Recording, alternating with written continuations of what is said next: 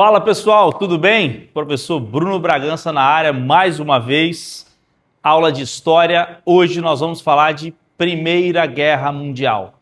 Mas antes de mais nada, gostaria de humildemente pedir que vocês se inscrevam no canal, deixem seu like e se você quer uma lista de exercício exclusiva direcionada para o IFES ou direcionada para o Enem, deixe um comentário aqui embaixo que nós vamos atender o seu pedido. Se ninguém comentar nada, nós não vamos disponibilizar a lista. Agora, se a gente vê que tem comentário de galera pedindo, aí sim a gente disponibiliza. Beleza? Então chega de conversa, vamos para aquele tema que é crucial para as provas, tanto do IFES quanto do Enem, que é Primeira Guerra Mundial ou a Grande Guerra, como eu coloquei ali no quadro. Eu coloquei o título de A Grande Guerra para vocês terem ideia que nem sempre ela foi chamada de Primeira Guerra Mundial. Aliás, ela só passou a ser chamada de Primeira Guerra Mundial no momento em que houve a Segunda Guerra, né? Que aí tinha a referência da Segunda.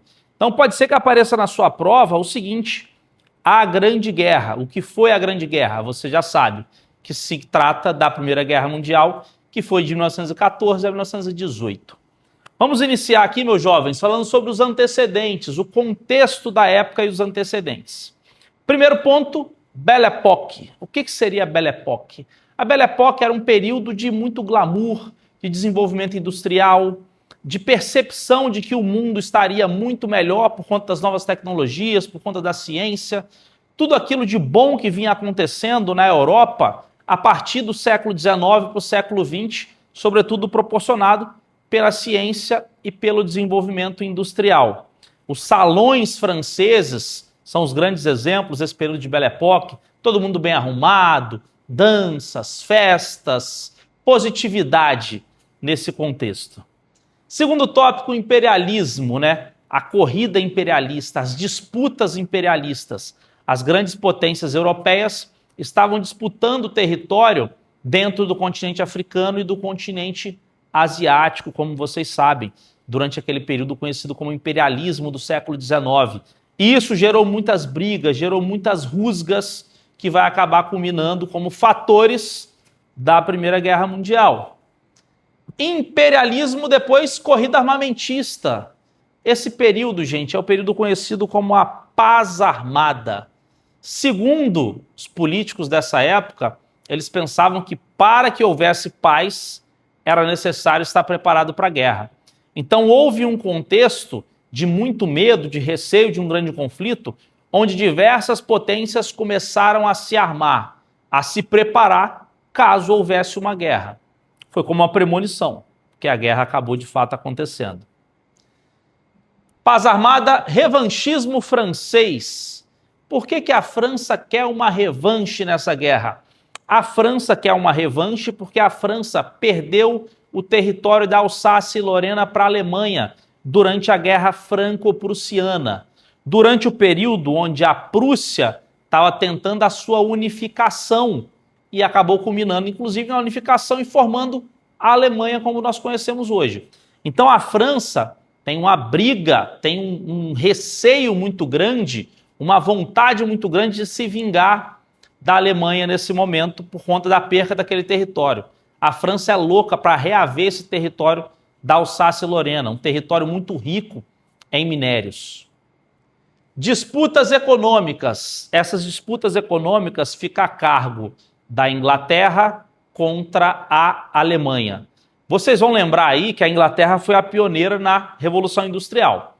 Porém, logo que a unificação da Alemanha acontece, a Alemanha não fica para trás e começa a se desenvolver no campo industrial. Inclusive, tem interesse de fazer uma linha férrea, uma ferrovia, ligando a cidade de Berlim a Bagdá, ao Oriente.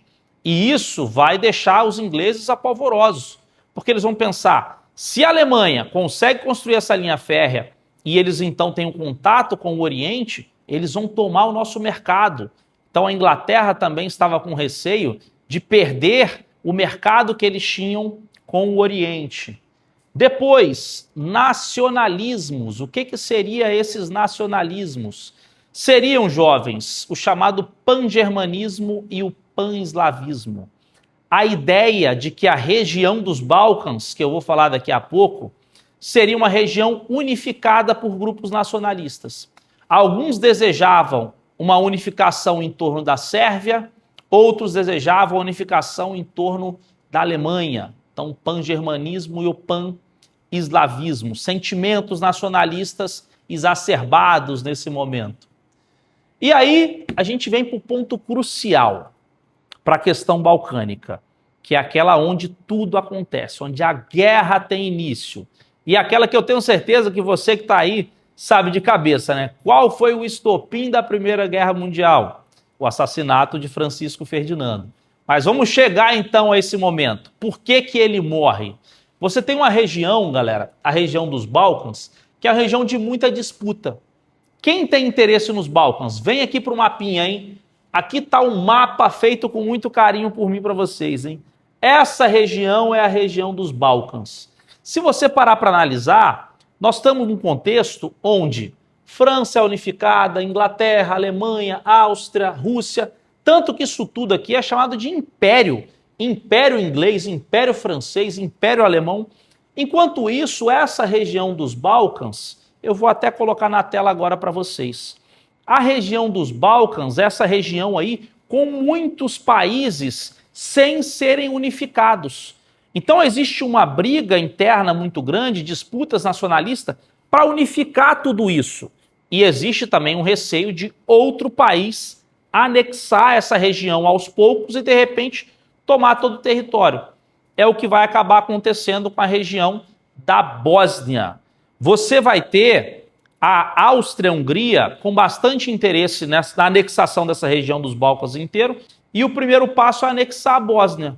Nesse processo de anexação da Bósnia, para reforçar essa anexação, para demonstrar que tinham força, eles mandam o príncipe herdeiro do Império Austro-Húngaro para a Bósnia, para fazer uma visita naquela região, lá na cidade de Sarajevo, na capital. Porém, ele sofrerá um ataque, um atentado de ultranacionalistas, daqueles que não queriam ver a presença austríaca na Bósnia, da incerteza de que se eles anexassem a Bósnia, eles iriam querer toda aquela região dos Balcãs. E aí o processo nacionalista de unificação ficaria muito mais distante. Príncipe herdeiro Francisco Ferdinando vai até lá, um ultranacionalista faz um atentado. E ele era de um grupo chamado de Mão Negra. Esse grupo pertencia à Sérvia, não ao governo sérvio, mas ele era de origem sérvia.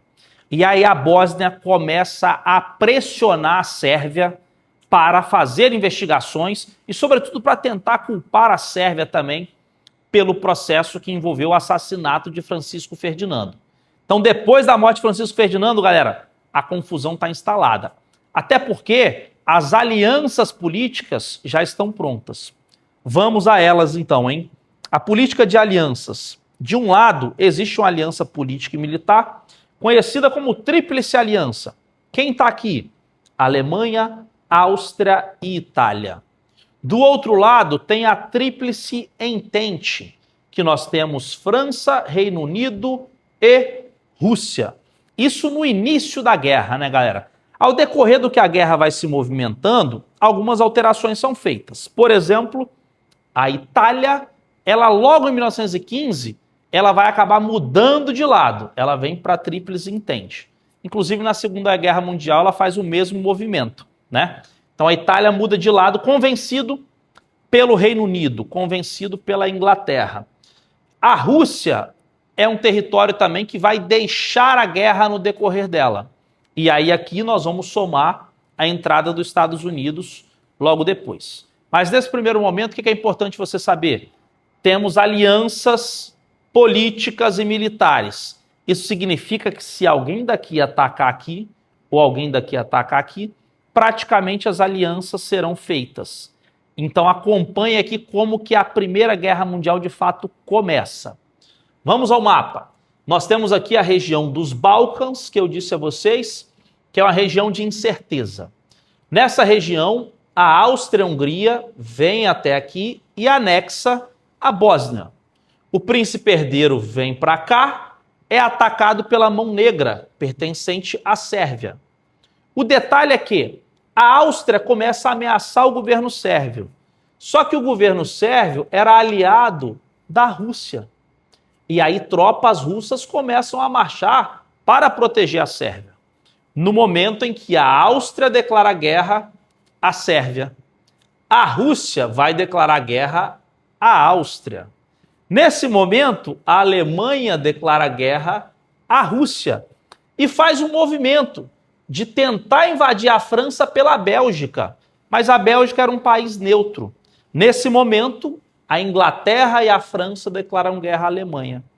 Inicia, assim, a Primeira Guerra Mundial. Se você achou confuso, volta o vídeo aí 1 minutinho, assiste de novo, que você vai conseguir entender perfeitamente. Tudo bem? Vamos seguir então agora com o conflito. Como que esse conflito se desenrola? Você tem a primeira fase do conflito, primeiro ano ali inicial, 1914, 1915, que nós chamamos de guerra de movimento, que é quando as tropas estão se movimentando para se chocar, para se atacar. E nesse momento, gente, nós vamos ter muitas surpresas por parte dessas tropas. Surpresa porque existia uma nova tecnologia bélica. Não é mais guerras como antigamente, como, por exemplo, se usava muito cavalo e ele era determinante.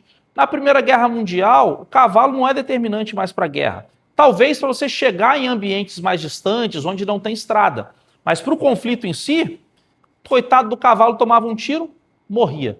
Sem falar nas armas químicas que passaram a ser utilizadas nessa época também.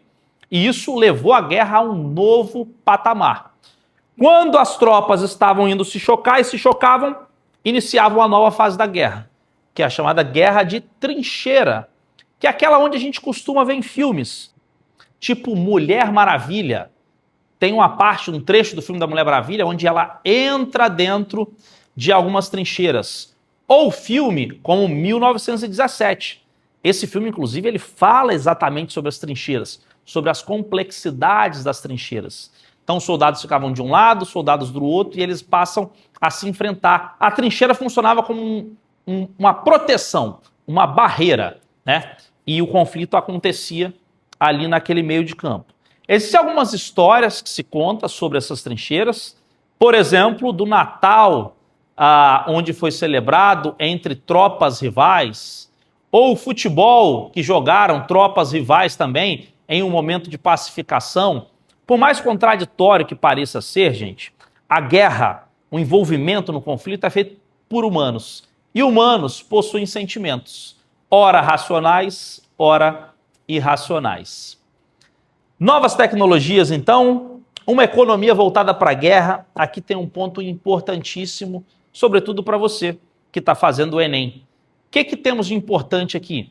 Como os homens estavam na guerra, foi o momento das mulheres assumirem o lugar dos homens nas fábricas. Então as mulheres começam a entrar no mercado de trabalho. Isso vai ser determinante para a luta das mulheres, seja do movimento sufragista, seja do movimento de direitos, seja pelo um processo de iniciação onde as mulheres vão ter mais protagonismo na sociedade a partir da Primeira Guerra Mundial. Isso é importantíssimo, hein? Propaganda, importante também falar aqui que é o início das grandes propagandas de guerra, das propagandas nacionalistas, de convocar pessoas para participar da guerra, de muita mentira, muita narrativa também. Você precisava colocar o outro como um inimigo.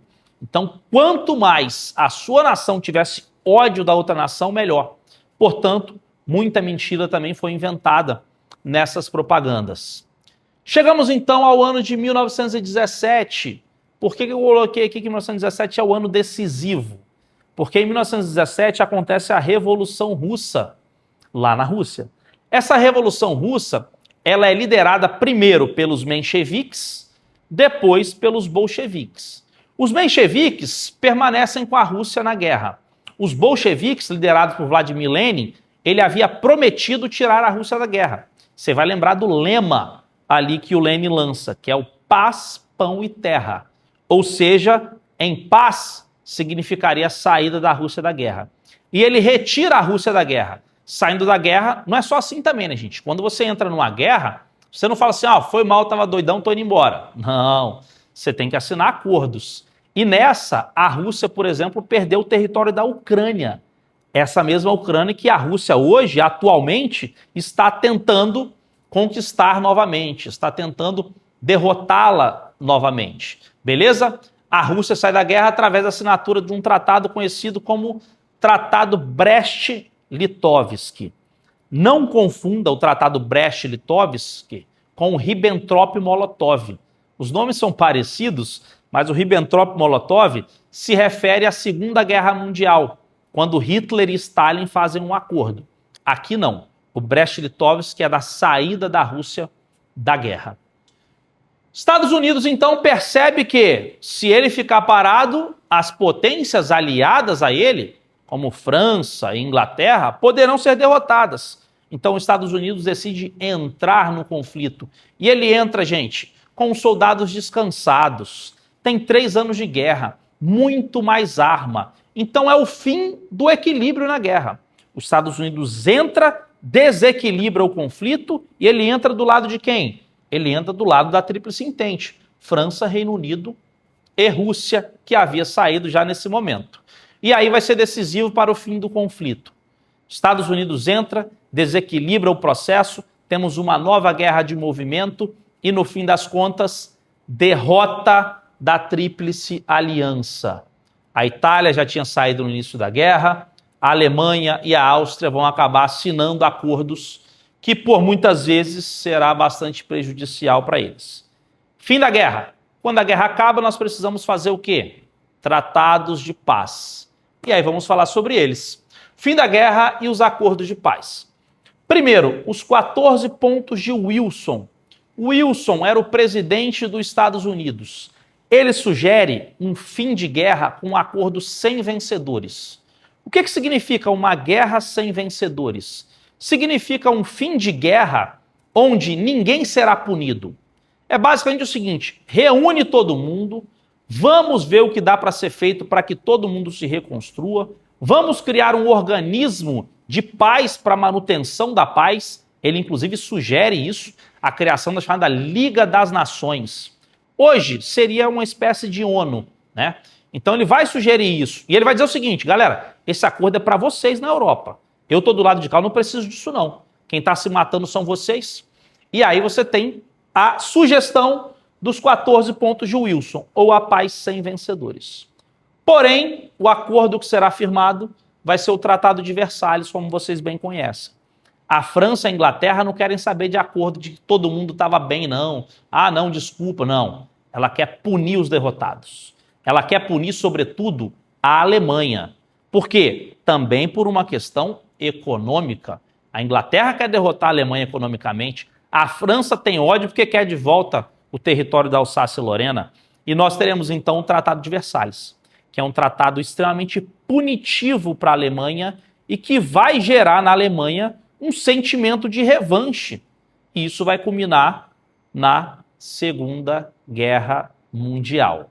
Vamos às características gerais desse Tratado de Versalhes para vocês poderem entender. As tropas alemãs terão que ser reduzidos a um limite de 100 mil homens. A Alemanha vai ter que desmilitarizar regiões como a região da Renânia, fronteiriça. A Alemanha vai ter que ter um limite de investimento em guerra.